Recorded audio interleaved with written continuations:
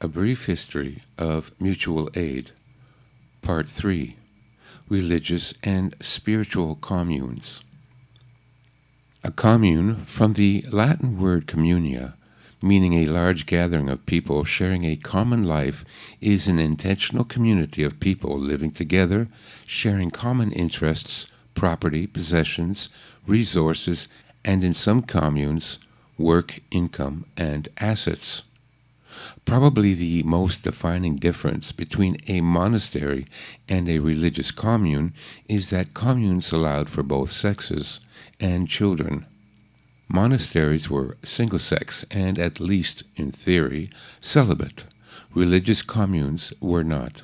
In addition to the communal economy, consensus decision-making, non-hierarchical structures, and ecological living have become important core principles for many communes, whereas monasteries have a hierarchical church structure of authority.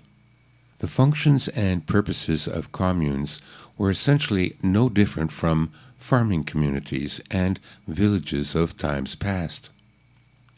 Some of the earliest examples of religious communes date back to the 16th century, with the founding of such groups as the Hutterites, founded by Jacob Hutter in 1536, who, like the Amish and the Mennonites, traced their roots to the radical Reformation of the 16th century.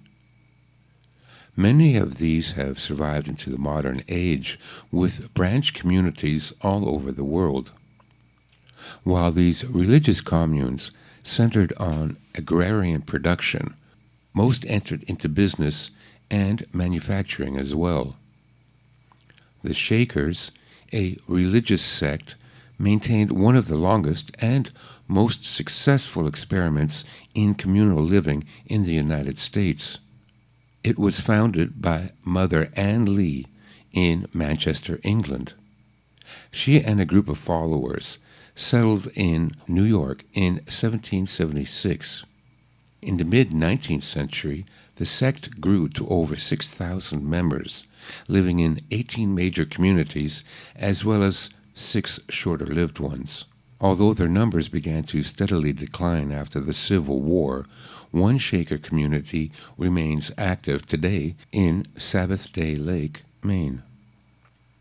Shaker communities ran farms using the latest scientific methods in agriculture. They raised most of their own food, so farming and preserving the produce required to feed them through the winter had to be priorities. It was reported that their livestock were fat and healthy, and their barns were commended for convenience and efficiency. Shakers also ran a variety of businesses to support their communities. Many Shaker villages had their own tanneries, sold baskets, brushes, bonnets, brooms, fancy goods, and homespun fabric that were known for their high quality. They were also famous for their medicinal herbs, garden seeds from the Shaker Seed Company, applesauce, and knitted garments. Another such example was the Oneida community, a commune that lasted from 1848 to 1881 in Oneida, New York. In addition to farming, the community began the manufacturing of silverware in 1877. Secondary industries included the manufacture of leather travel bags, the weaving of palm frond hats, the construction of rustic garden furniture, and game traps. The Oneida community dissolved in 1881, although several members incorporated to continue running the silverware business, which exists today as Oneida Limited. Key lessons learned from the religious spiritual communes are that food self-sufficiency, combined with running and manufacturing workshops and small businesses, provided them with economic independence. In addition, none of the communes became militant like some of the monastic orders, and yet managed to survive through the American Civil War, though many were raided by passing armies and bandits. This is no doubt partly due to these groups all being devoted pacifists. Finally, the early American communes were anti-slavery and did much to buy and free slaves and assist in their escape via the Underground Railroad.